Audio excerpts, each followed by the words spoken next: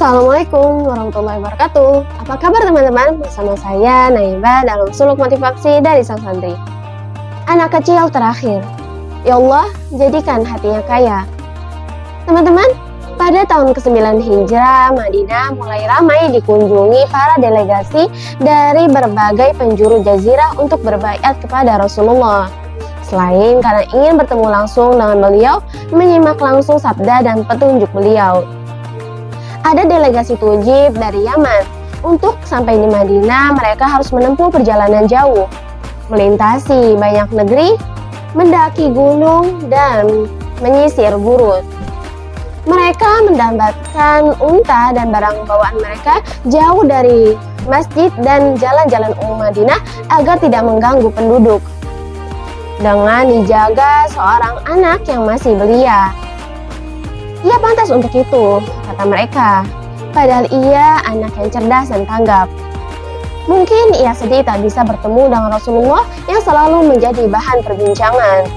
Ia pun duduk di tengah tumpukan barang tanpa bisa menolak. Rombongan menuju masjid di tengah Madinah dan disambut Rasulullah. Mereka lalu berbaiat dan menerima banyak nasihat-nasihat dari beliau. Mereka tidak akan lama bersama Rasulullah. Mereka akan segera pulang setelah urusan selesai.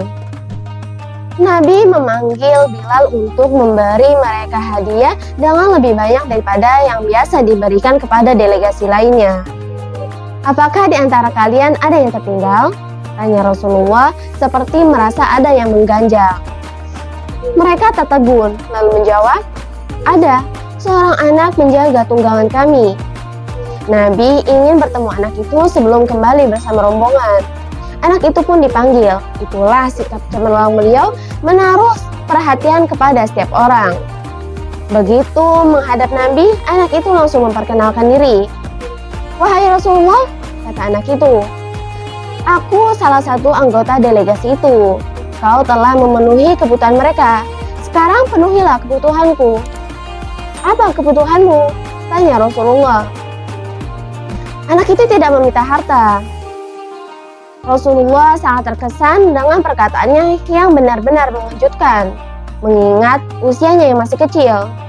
Rasulullah, kata anak muda itu, sudikah kau memohon kepada Allah agar aku selalu diampuni, dikasihi, dan menjadi orang yang kaya hati? Permintaan itu menunjukkan bahwa anak itu telah mengenal Rasulullah dengan baik. Jika tidak, mana mungkin ia mengajukan permintaan itu? Dan beliau sendiri tentu saja sangat senang dengan anak itu. Tak heran jika beliau memberinya hadiah seperti yang diberikan kepada sesama rombongannya. Beliau berdoa, ya Allah, ampunilah dia, kasihinilah dia, dan jadikanlah hatinya kaya.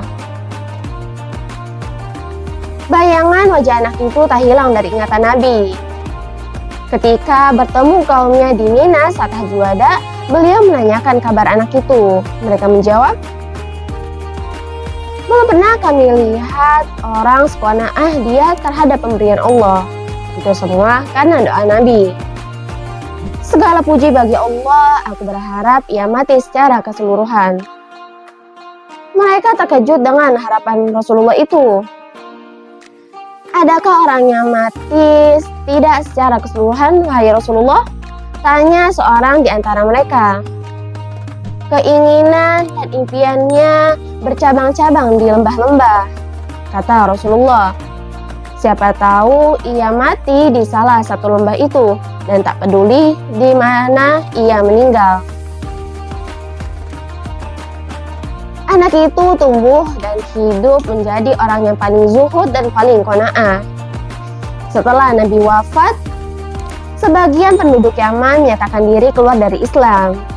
Ia berpidato di tengah-tengah kaumnya, mengingatkan Allah dan agama sehingga tak seorang pun keluar dari agama Islam. Abu Bakar juga menaruh perhatian kepada anak itu, karena Rasulullah juga memperhatikannya. Ia selalu menanyakan keadaannya. Ia berpesan kepada Zaid bin Labid, salah satu pembantu pemerintahan di Yaman, agar anak itu diperlakukan dengan baik. Cukup sekian, Wassalamualaikum warahmatullahi wabarakatuh.